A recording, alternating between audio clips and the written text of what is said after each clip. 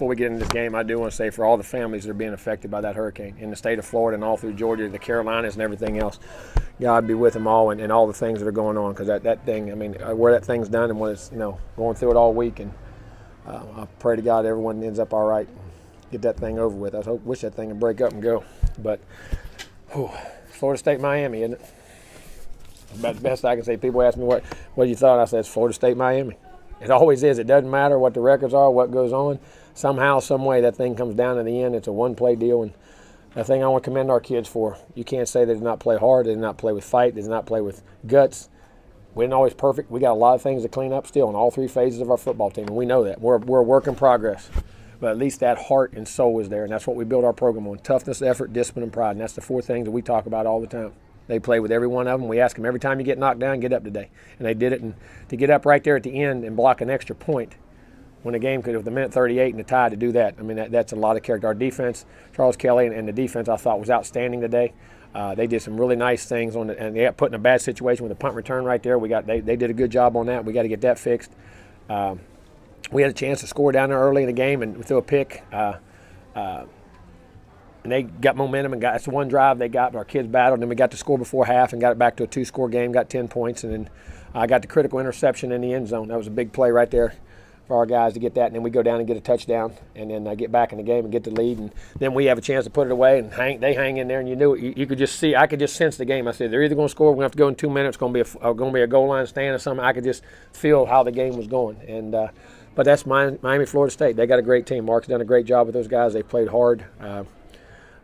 But just extremely proud of our kids. I mean, we had so many guys. We got some guys that are banged and bruised, and that's when you come out of this game. It's a physical football game. It always is. It's as physical as any you ever play. And we're going to have to get ready and get healed up and get ready. We got a really good Wake Forest team coming in next week. I think who's 5-2 or 5-1 or something like that. I mean, they've got a really good team. So we're going to have to get ready to go, and get off of this. But just proud of our kids. That was a heck of a win to come down here and win here, and that was a great atmosphere and environment. Though that's what college football is about. I mean, that was a great crowd. Their crowd was awesome. And everything about it, and national game, and just proud of our kids. Questions? You always saw DeAndre really bounce back after taking that injury. The third quarter goes 10 of 11, 144, 2 touchdowns. How pleased were you with his turnaround in the second half? Very. Did his job. And I'm going to tell you something, and I mean this wholeheartedly. Quarterback's not tough, team's not tough. Quarterback's tough, your team's tough. You got to have a leader that's willing to stand in there and take bullets. And both of them, Sean took some shots, and he went in there and did a nice job on some things, let us down almost to a drive. But, he stood in there and took the bullets, man, and then you got to do it. At this level, he's going to be banged. He's going to be sore. We got to evaluate and see how he is and see what goes on. But, man, that was a tremendous effort and a lot of courage for him to stand in there. And I don't mean that. That's what a quarterback does. Now those guys will respect him, and like they have been. They'll play for him, and they always do.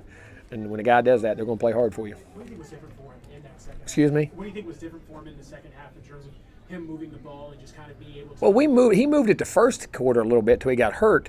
We just stalled on some. We had the fourth down play. If we can just get it over the guy, Dalvin's going to score. You know what I mean? But that's a big game. They made some plays. I think it's just poison, and I think he's a competitor. I mean, he grinded it out, and then there's times, man. I keep telling you that. Everybody says it's something magical for me. When you're a competitor, I'm going to get this done. You stand in there and you take the shots, you make the throws, you make the plays, and that competitive nature. There ain't a reason, just who you are. It's your DNA.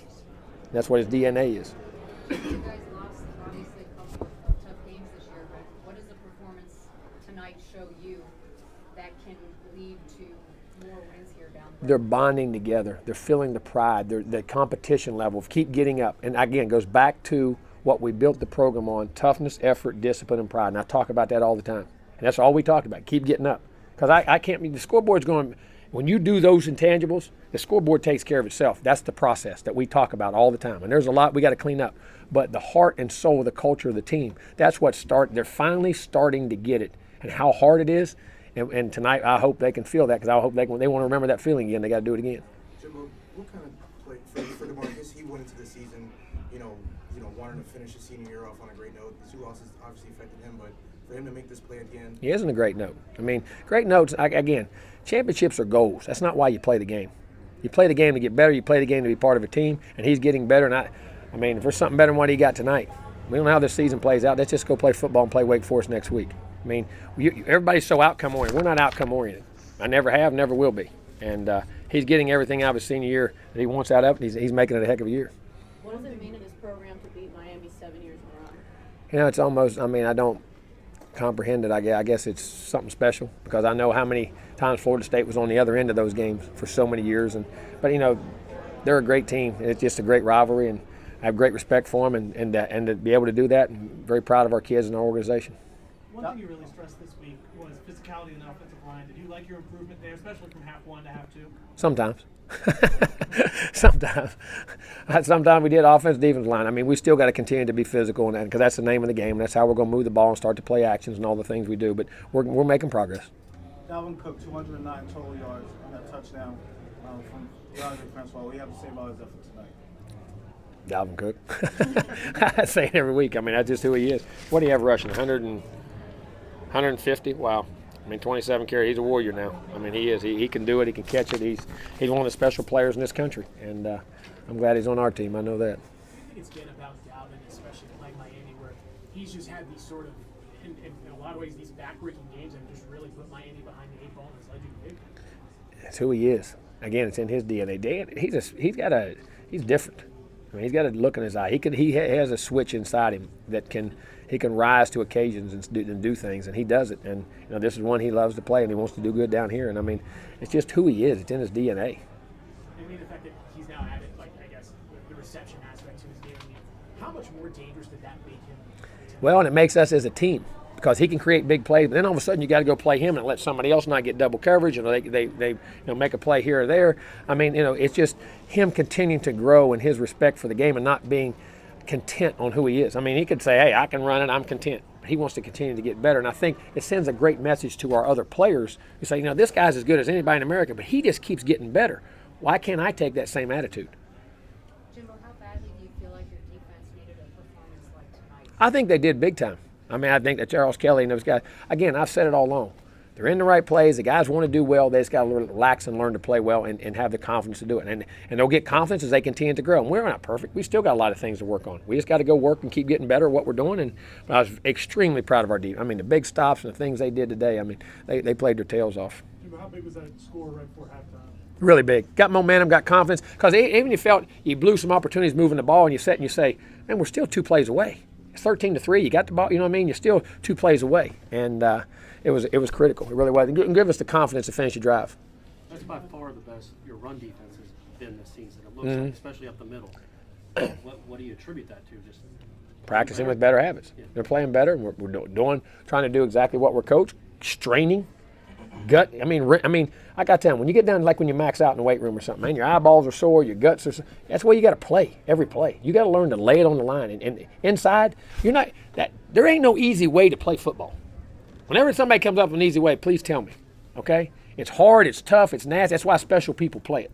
And we had to learn to do it, and we're still learning to do it, but our guys inside strained and plugged those gaps and took on blockers and did a much better job.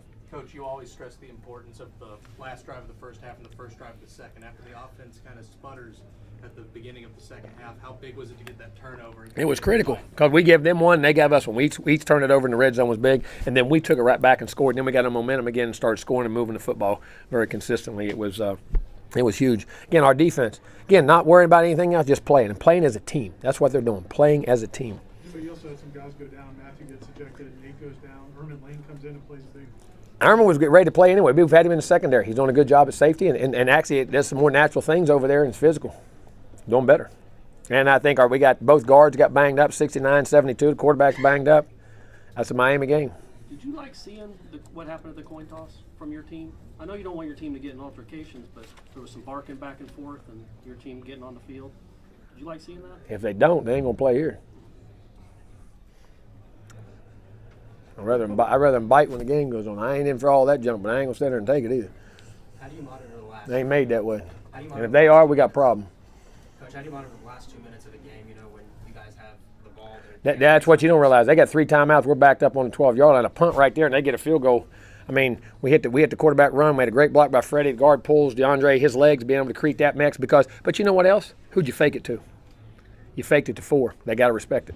You know what I'm saying? And be able to get that edge and do that. And then then you come back and he pops it. He does an inside run and pops it and gets the first down. I mean, 4-minute offense. Again, situational football. I think we were really good on third down again today, weren't we?